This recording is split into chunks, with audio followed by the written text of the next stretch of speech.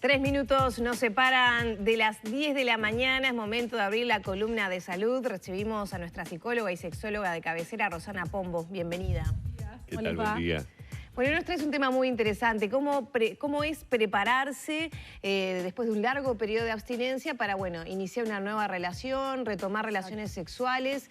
Todo un desafío para quienes estuvieron mucho tiempo sin estar en contacto con otros. Exacto, relacionado sobre todo al largo periodo de abstinencia por la pandemia, de aquellas personas, varones y mujeres que, bueno, que la pandemia los agarró como solteros, sin pareja estable y pasaron mucho tiempo sin tener relaciones sexuales. O aquellas personas que venían de un vínculo estable que se terminó y bueno, y decidieron pasar un tiempo solos o solas y bueno, y se van a enfrentar al desafío, que lo viven muchas veces así, de tener una nueva relación o de tener relaciones sexuales con alguien nuevo. ¿Hay miedos, ansiedades? ¿Cómo trabajar ahí todo está. eso? En general, nosotros lo que vemos en la clínica es, siempre hay como cierto nivel de ansiedad, de aprensión normal, porque en general las personas quieren como dar una buena impresión, quieren complacer a la otra persona, pero a veces los niveles de ansiedad, que le llamamos ansiedad sexual, a veces son bastante elevados y hacen que incluso las personas sientan como una sensación de quedar como paralizados o paralizadas frente a ese encuentro y a veces no se animan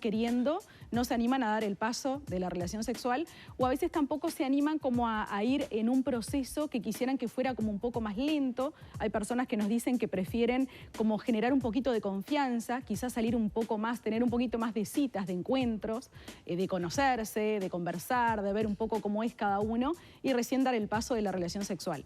U otras personas también les gustaría ya en la primera cita tener ese encuentro para tener un momento de gratificación, de placer sexual, pero siempre tienen como esas creencias, esos mandatos sociales que están relacionados a tener, en el varón, por ejemplo, a tener un buen rendimiento, a estar como a la altura. Tienen como la idea de que en el caso heterosexual, sobre todo, en las relaciones heterosexuales, de que la mujer tiene como una expectativa muy alta de rendimiento del varón y tienen como miedo a no dar con la talla.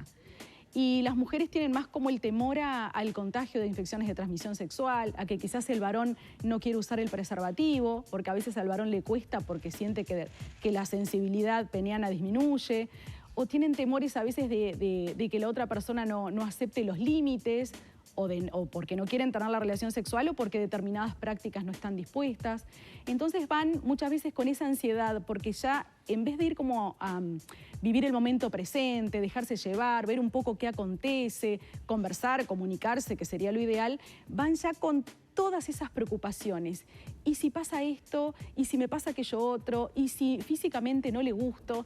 Y esas preocupaciones acerca porque lo ven también como a veces bastante dramático o catastrófico la consecuencia de que, bueno, no va a querer volver a salir conmigo, le va a contar a las amigas que no tuvo un buen rendimiento. Esas preocupaciones generan lo que llamamos la ansiedad sexual y muchas veces esa ansiedad genera las disfunciones sexuales. La disfunción eréctil psicológica o la eyaculación precoz o la falta de excitación en la mujer o de poder llegar al orgasmo. ¿Cómo se puede ir trabajando todo eso en la etapa previa? Incluso capaz que cuando uno se está preparando emocionalmente para volver al ruedo, como se dice. Ahí está, exacto, para volver al ruedo. Bueno, lo principal, lo que siempre decimos es que hablamos bastante de lo que es la inteligencia emocional, ¿no? Que las personas primero se sientan seguras de qué es lo que ellos y ellas están buscando, qué les gustaría que sucediera en ese primer encuentro, ¿no?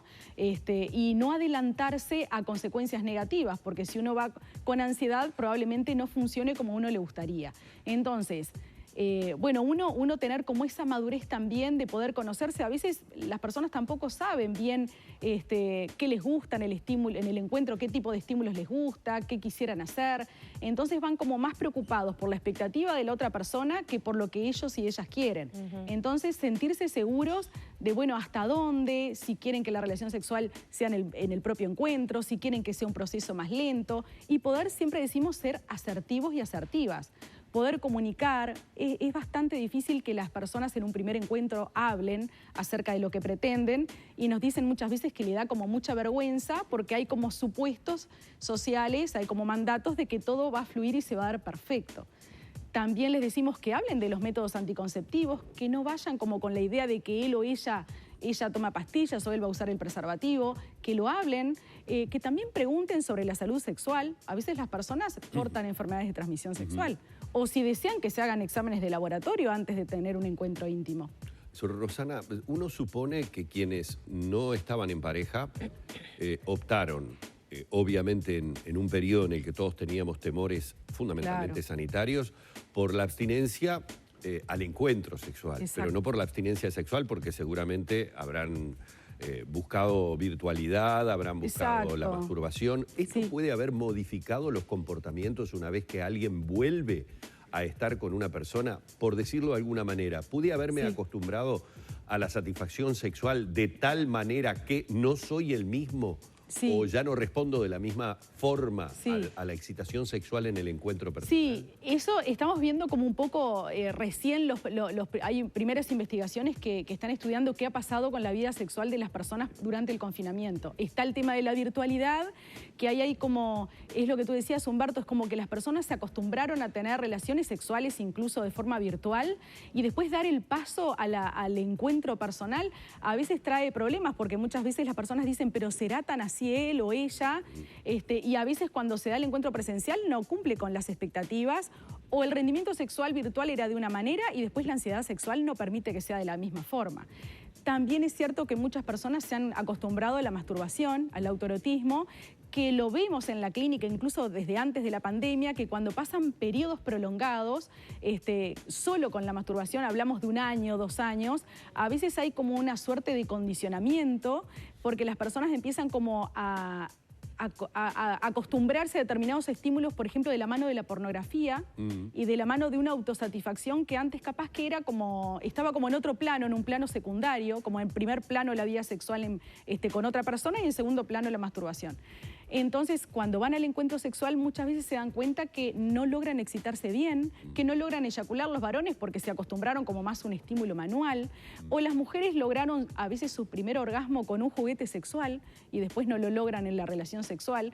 Han habido cambios, sí, en las conductas sexuales producidas como consecuencia del confinamiento y la sexualidad en solitario o virtual. Y esto se trabaja, es decir, esto requiere, si se llega al convencimiento, es decir, veo que en el encuentro personal me está pasando algo que me lo motivó, la abstinencia en la pandemia, tengo la posibilidad de realizar un tratamiento. Sí, completamente. Además, siempre decimos en sexología que la conducta sexual siempre se reaprende, hay que tener como una mentalidad muy amplia, que la mujer llegue al orgasmo con un vibrador, con un juguete sexual. No quiere decir que no pueda llegar al orgasmo o con el estímulo manual de la pareja o con sexo oral. Y lo mismo en el varón, como que a veces tenemos como temores que van de la mano de un pensamiento dicotómico, del todo o nada, blanco o negro. Pero realmente todo se puede transformar siempre para que la vida sexual sea como más diversa y más plena y se incorporen otras cosas que suman. Rosana, muchas gracias por Gracias a ustedes. Cerramos por aquí la columna de salud con la sexóloga y psicóloga Rosana Pombo.